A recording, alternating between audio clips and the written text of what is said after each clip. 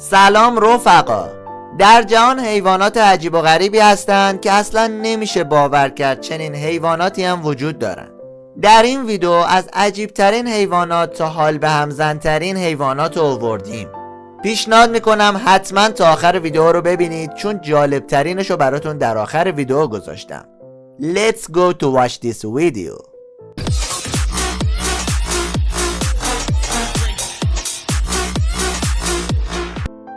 آرمادیلوی پری صورتی.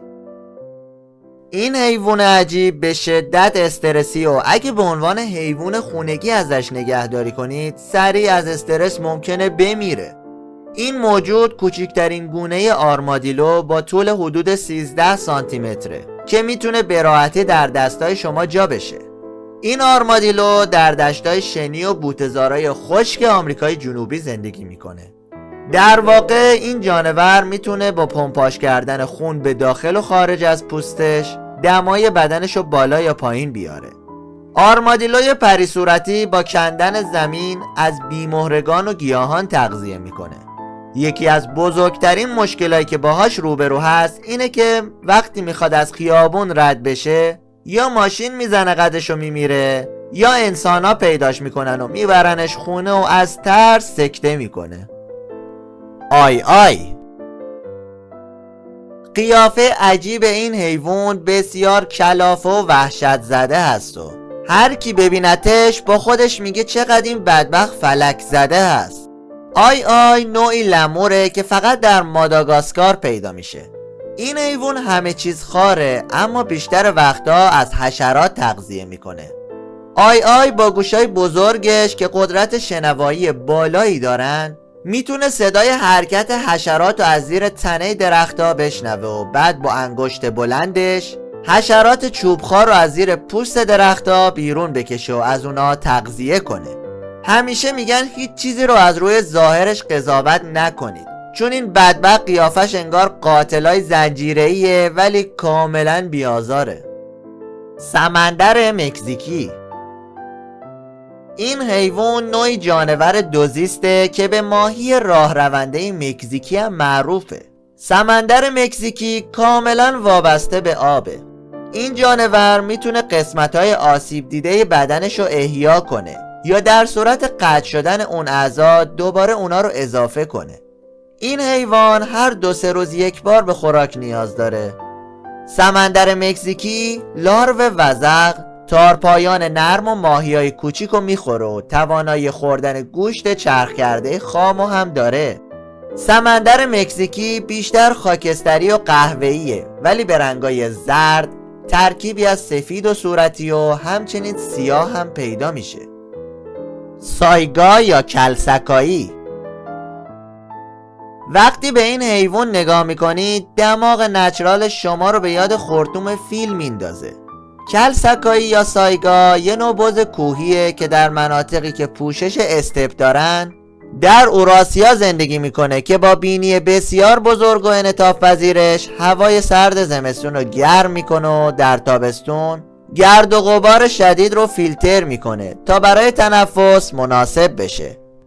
در فصل بهار ماده ها برای زایمان دور هم جمع میشن و اکثرا دوقلو به دنیا میارن.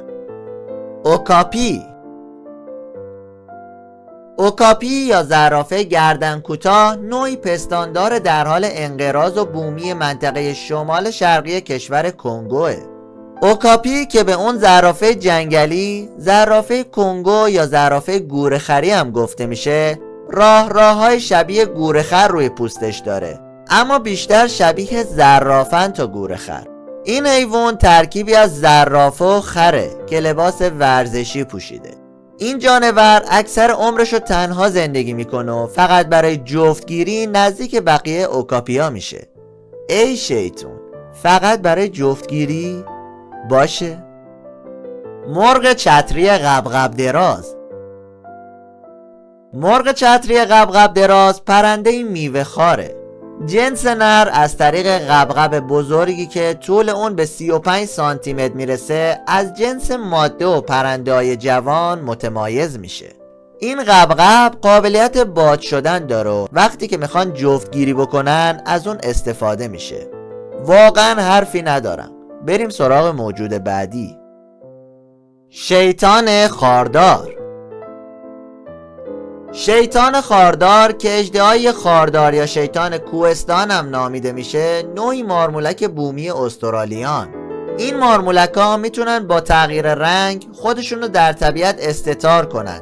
شدت رنگ این مارمولک ها بسته به فصل از کمرنگ به پررنگ تغییر میکنه.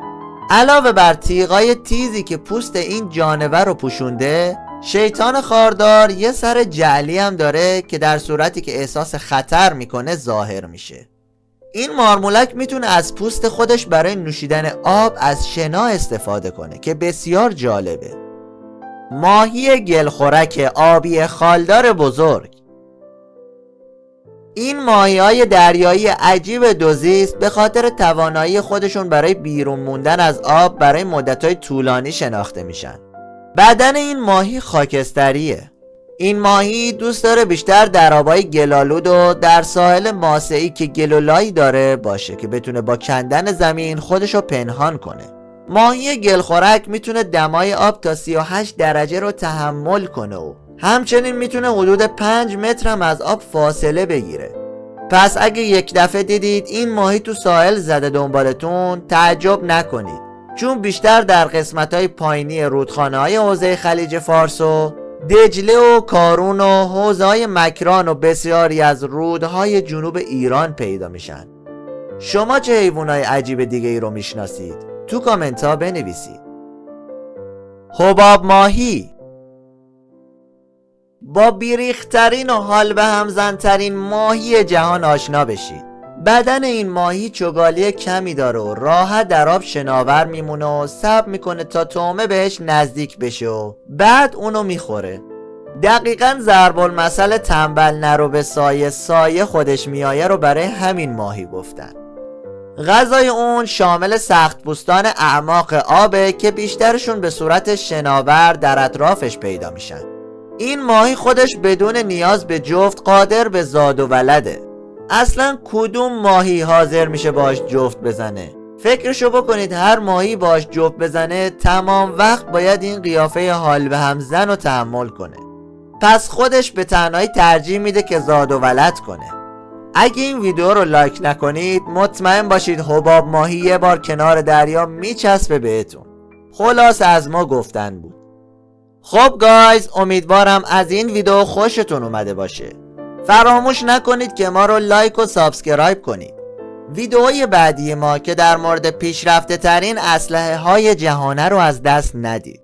دوستتون دارم و خدا نگهدار.